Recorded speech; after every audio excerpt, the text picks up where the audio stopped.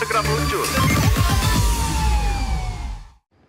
Terima kasih Anda masih bersama kami di Lapor Polisi. Pemirsa, Universitas Sumatera Utara menangkap 7 orang yang melakukan praktik perjokian pada ujian tulis berbasis komputer seleksi nasional berdasarkan tes 2025.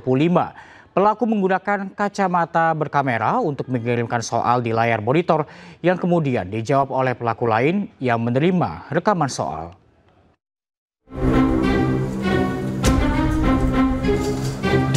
Inilah barang bukti kacamata berkamera yang ditemukan oleh pihak keamanan kampus Universitas Sumatera Utara pada pelaksanaan ujian tulis berbasis komputer seleksi nasional berdasarkan tes 2025. Penemuan ini berawal dari laporan salah satu peserta yang curiga dengan gerak-gerik salah satu pelaku sehingga melapor ke panitia. Saat diperiksa, kacamata yang digunakan pelaku ternyata terdapat 2 kamera kecil yang terkoneksi dengan pelaku lain. Rektor USU Profesor Muryanto Amin yang juga Wakil Ketua 1 Tim Penanggung Jawab SNPMB 2025 mengatakan di USU ada 7 orang yang tertangkap melakukan perjokian. 5 orang bertugas sebagai orang yang menjawab soal dan berada di luar lokasi. 2 orang lagi di dalam ruangan sebagai peserta. Modus operandi menggunakan kamera di kacamata ini terbilang rapi karena tidak terdeteksi oleh alat metal detector maupun tak terlihat secara kasat mata oleh petugas. Komunikasinya dengan tadi ada kacamata yang digunakan untuk merekam soal di monitor. Dari situ terkoneksi dengan pihak luar. Dari situ mereka memberikan jawaban di mikrofon kacamatanya itu. Di situ ketangkap karena ada teman sebelahnya yang ngomong ada yang berbuat curang, jadi pengawas menahan pesertanya itu. Terus kemudian kita periksa, kita tanya-tanyai, barulah kedapatan orang yang bantu mereka di luar. Peserta yang curang langsung didiskualifikasi dan tidak dapat mengikuti ujian pada tahun mendatang. Sedangkan 7 orang yang ditangkap diserahkan ke Polsek Medan Baru untuk proses hukum lebih lanjut. Dari Medan, Sumatera Utara, Ahmad Ridwan Nasution, iNews melaporkan. Pemirsa, Satres Narkoba Polres Mimika berhasil mengungkap jaringan peredaran narkotika jenis sabu. Dari tangan kedua pelaku, petugas mengamankan 431 paket sabu.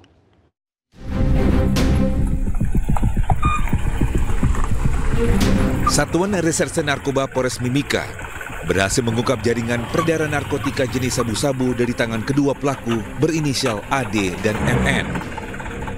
Pengungkapan ini dinilai sebagai salah satu yang terbesar dengan total barang bukti yang diamankan mencapai 431 paket sabu siap edar. Sementara itu penangkapan dilakukan di beberapa lokasi berbeda. BB yang diamankan 2 paket dimasukkan di dalam 1 botol hemaviton. Kemudian tersangka yang sudah kita amankan yang saat ini ada 2 orang. Kemudian nanti ada pengembangan lebih lanjut.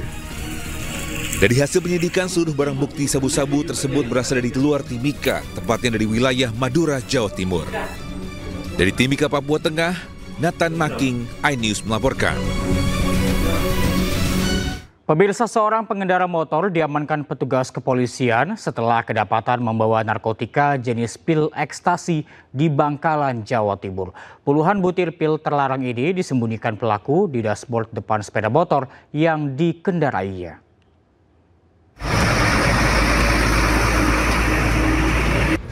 Razia polisi di Jalan Raya Tanjung Bumi, Kabupaten Bangkalan menuai hasil. Tak hanya menindak pelanggar, petugas juga berhasil mengamankan seorang pengendara motor berinisial MS yang diduga kurir narkoba.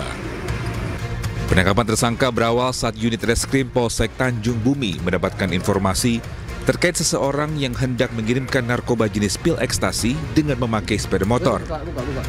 Saat polisi melakukan penggeledahan di pinggir jalan, tersangka MS tak bisa mengelak lagi setelah ditemukan 1 kantong plastik yang berisi 58 butir pil ekstasi. Puluhan butir ekstasi tersebut disembunyikan tersangka di dalam dashboard depan sepeda motornya. Tersangka MS pun mengaku ia mendapatkan keuntungan Rp100.000 per butirnya. Untuk BB jumlahnya 58 butir.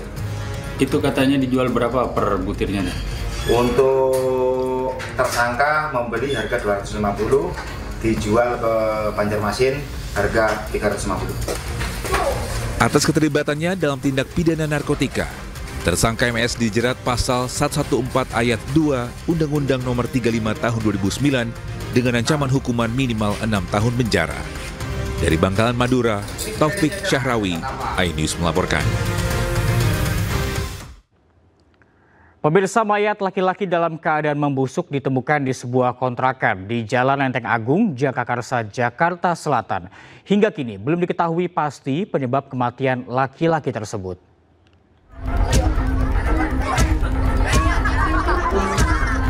Inilah video viral saat penemuan mayat laki-laki yang diduga sudah meninggal selama 4 hari di sebuah kontrakan di Jalan Lenteng Agung, Jagakarsa, Jakarta Selatan. Warga setempat geger. Pasalnya, mayat mengeluarkan bau tak sedap. Pihak kepolisian pun melakukan identifikasi dan evakuasi mayat. Menurut Kapolsek Jagakarsa, Kompol Nurmadewi, mayat berinisial DS berusia 42 tahun adalah seorang pedagang buku warga Klewan Susukan, Cirebon yang meninggal dunia karena diduga sakit. Dari keterangan warga, kemudian juga Pak RT tinggal sendiri ya selama 10 tahun lebih kurang di daerah tersebut ya. Kematiannya diduga karena apa? Kematiannya diduga untuk sementara ini karena memang setahunya warga sakit ya. Jadi kita sudah mendapatkan juga di sekitar mayat ada obat-obatan dari obat-obat beliau yang biasa dikonsumsi. Saat ini jenazah tersebut telah dibawa ke Rumah Sakit Fatmawati untuk dilakukan otopsi. Dari Jakarta, Rizky Falufi, iNews melaporkan. Ya, acara humanis dilakukan petugas Polresta Malang Kota saat mengamankan peringatan Hari Buruh 1 Mei kemarin. Tak hanya melakukan pengamanan, polisi juga membagikan makanan dan juga membersihkan sampah peserta aksi.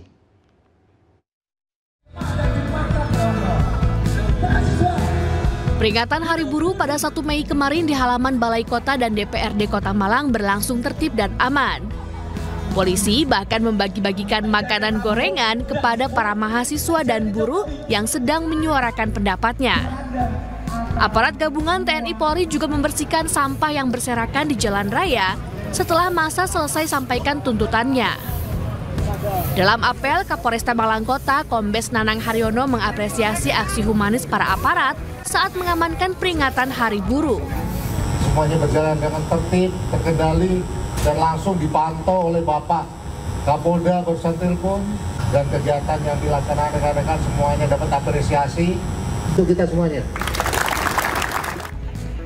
Masa aksi yang terdiri dari mahasiswa dan buruh yang tergabung dalam Solidaritas Perjuangan Buruh Indonesia SPBI menyuarakan pendapatnya sambil membawa poster tuntutan dan orasi secara bergantian. Meski dijaga ratusan personil gabungan polisi dan TNI, namun peringatan Hari Buruh di Malang berlangsung kondusif. Dari Malang, Jawa Timur, Denny Irwansyah, iNews melaporkan. Polisi meringkus pelaku pembunuhan wanita di Desa Mekarsari, Rumpin, Bogor, Jawa Barat.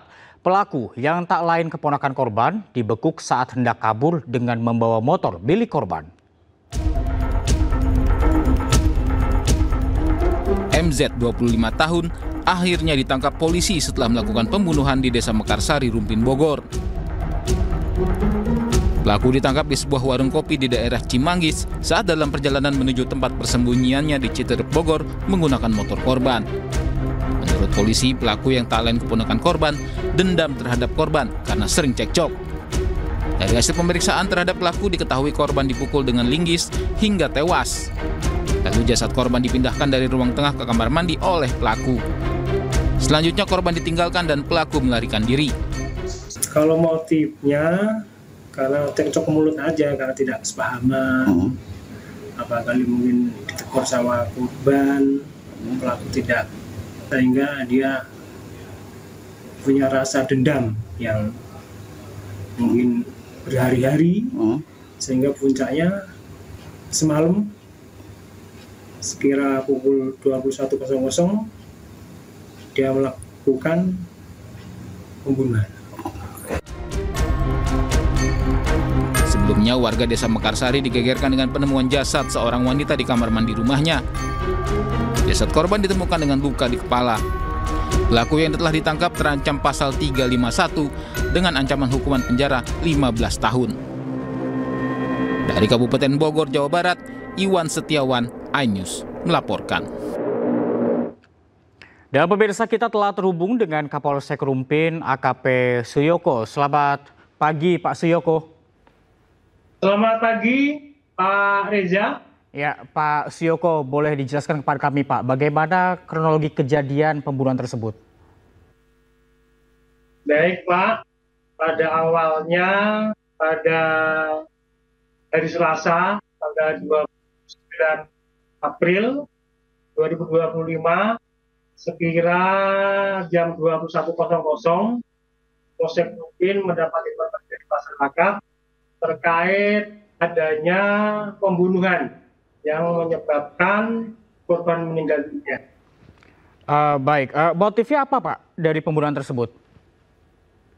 Jadi berdasarkan informasi, data-data, saksi-saksi, kemudian dari keterangan pelaku, bahwasanya korban meninggal karena pembunuhan itu lantaran dia berhari-hari atau mungkin hampir 2 bulan ini cecok mulut, sakit hati, sehingga pada tanggal tersebut, pada tanggal 29 tersebut meluap ya kejengkelannya, sakit hatinya, sehingga pelaku membunuh korban. Baik, sebagai konfirmasi bahwa pelaku dan juga korban ini adalah keponakan dan juga tantenya begitu Pak ya. Dan tadi dikatakan bahwa sering cekcok. Apakah sehari-hari memang tinggal di satu rumah yang sama?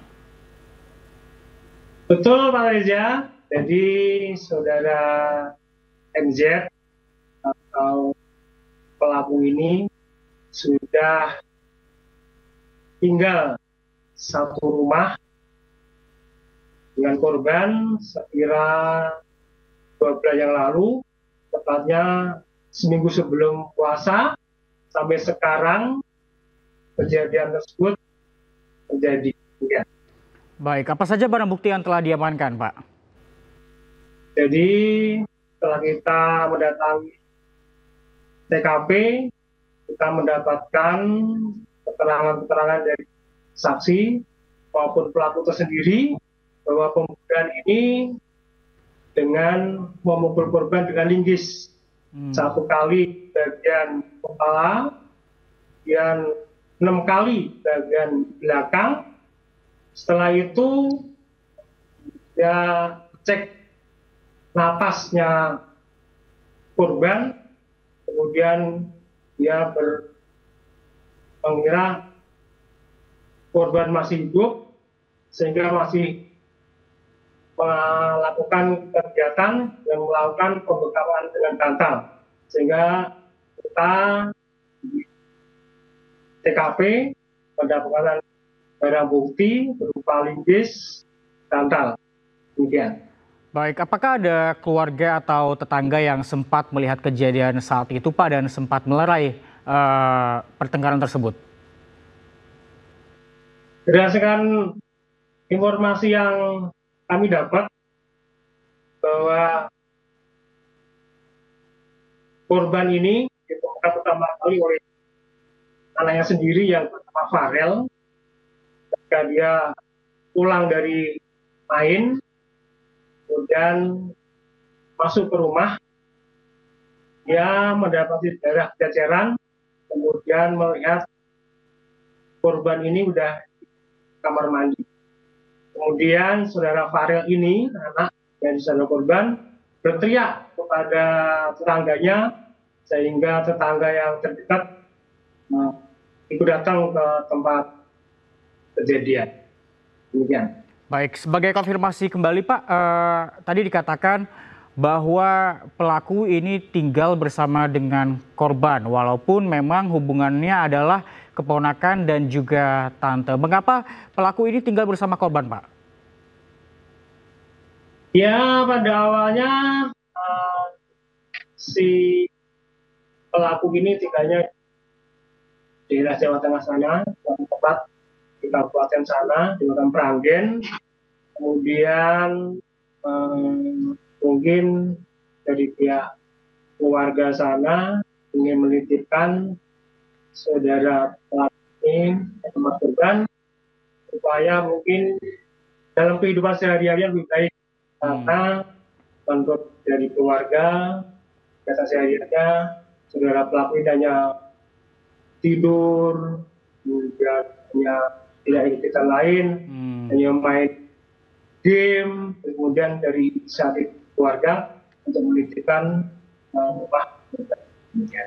Baik, terakhir Pak Suyoko, apa ancaman hukuman yang dapat diberikan kepada pelaku? Jadi untuk pelaku pembunuhan ini kita terapkan pasal 338 untuk 351 KUHP dengan ancaman hukuman 15 tahun. Baik, terima kasih Kapolsek Rumpin AKP Suyoko atas informasi yang diberikan kepada kami. Selamat pagi Pak, salam sehat.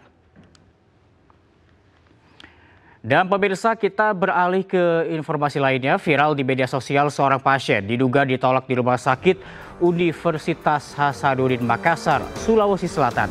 Namun pihak rumah sakit membantah hal tersebut. Informasinya hadir usai jeda, tetaplah di Lapor Polisi.